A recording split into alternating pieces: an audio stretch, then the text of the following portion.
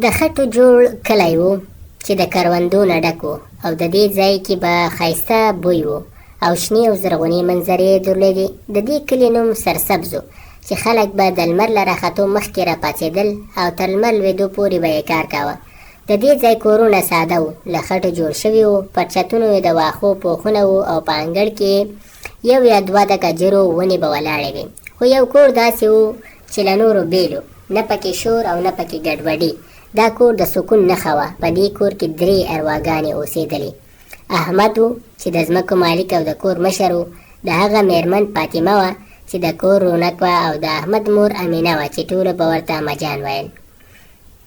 د احمد له واده 1 کال تېر شوی و. فاطمه له ښاره راغلې وه، خو د کلي له خاورې سره داسې ګډه شوې وه لکه همدلته چې زیږېدلې وي. امجان له لومړۍ ورځې هغې ته د لور په سترګه کتل او فاطمې هم امجان ته د مور مقام ورکړی و. دا اړیکه د خبرو نه بلکې د عمل له لارې جوړه شوې وه. سهار وختي چې به د اسمان په غاړه لومړنۍ وړانګې راښکاره شوې، فاطمه به راپاڅېده او چوله ته به ولاړه. لږ وروسته به امجان هم راغله او دواړو به د ورځې چمتووالی ونیوه. احمد به کروندو ته روان شو. په زړه کې به یې د سکون دعاوې کولې. دا د دې کور بنسټ و، د مینې یو خاموش بنسټ و. په کلي کې د مینې بڼه بیله وه. خلک په یو بل سره بیله ویلو مرسته کوله. د کرلو په موسم کې به ګاونډیانو د یو بل کروندو کې لاس ورکاوه. د احمد کور هم د همدې مینې برخه و. یوه ورځ چې احمد په کروندو کې و، د کلي یو مشر کاکا رحیم راغی. د هغه وزه ورکه شوې وه. فاطمې او امجان په ګډه لټون پیل کړی و. فاطمې له انګړه ورته وویل او په کوڅو کې یې وکتل. امجان دعا کوله. کله چې وزه پیدا شوه، کاکا رحیم وویل لوڼو ستاسو مینه د کلي ویاړ ده. د کلي مینه په وړو وړو شیانو کې څرګندېده. ښځې به پر څا اوبه ډکولې او د یو بل خبرې به یې اورېدې. کله چې فاطمه هلته تلله، د امجان ستاینه به یې کوله. ویل به یې د امجان په شان څوک نشته. نورې ښځې به مسکۍ کېدې ځکه چې حسد نه و بلکې خوشحاله وې. یو ځل په کلي کې میله جوړه شوې وه. خلکو به سندرې ویلې او نڅا یې کولې. احمد، فاطمه او امجان هم ورسره تلل. هلته د مینې شېبې وې. ماشومانو به لوبې کولې او زاړه به خبرې کولې. امجان د فاطمې لپاره بنګړي واخیستل او فاطمې د امجان لپاره یو ښکلی دوپټه واخیسته. احمد به ورته کتل او په زړه کې به یې شکر ادا کاوه. د امجان او فاطمې مینه په خبرو نه بلکې په سترګو کې ښکارېده. سهار چې فاطمې چای جوړاوه، امجانې به ورو ورو راتله او کېناسته به. فاطمې به پیاله ور ډکه کړه او امجان به مسکی شوه.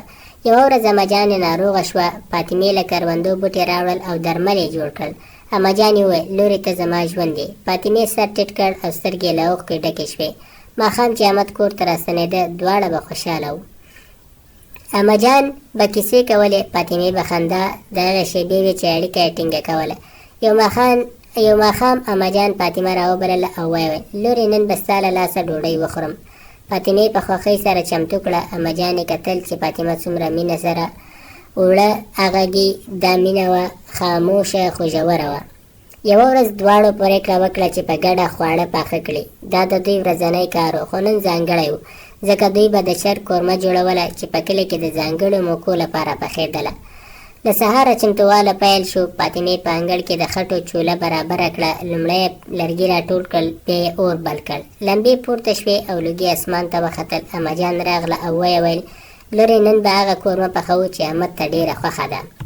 لومړی فاطمې توکي راواخیستل. خواړه تیار شول. قورمه، ډوډۍ او اچار دواړو دسترخوان هوار کړ او د احمد انتظار یې کوه. دا د مینې یو ښکلی منظر و.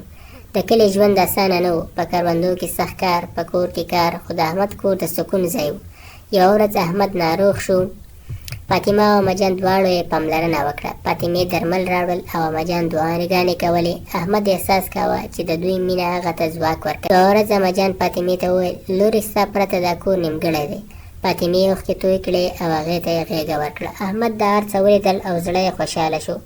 یوه ورځ فاطمې امجان ته یو لاس جوړ شوی څادر ډالۍ کړ. امجان واغوست او ویې ویل دا زما د لور مینه ده. احمد پوه شو چې مور او مېرمنې یو شوي دي. هغه په زړه کې وویل دا مینه د دې خاورې په شان ده، ساده خو ټینګه ده. کلونه تېر شول خو د کور سکون پاتې شو. احمد، فاطمه او امجانو همدلته ژوند وکړ.